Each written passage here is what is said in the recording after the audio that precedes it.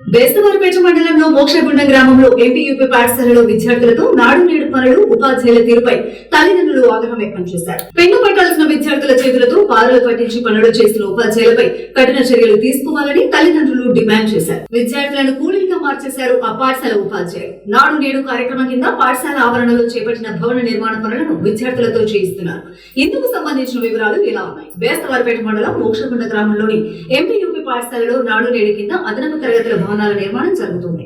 పాఠశాలకు వచ్చిన చిన్నారుల చేతులకు పారలు పట్టించి మట్టిని లెవెల్ చేయించడంతో పాటు విద్యార్థులతో వివిధ రకాల పనులు చేయిస్తున్నారు. సాయంత్రం ఇంటికి వెళ్లిన విద్యార్థులు ఈ విషయం తల్లిదండ్రులకు చెప్పగా వారు ఉపాధ్యాయులపై ఆగ్రహం వ్యక్తం చేశారు.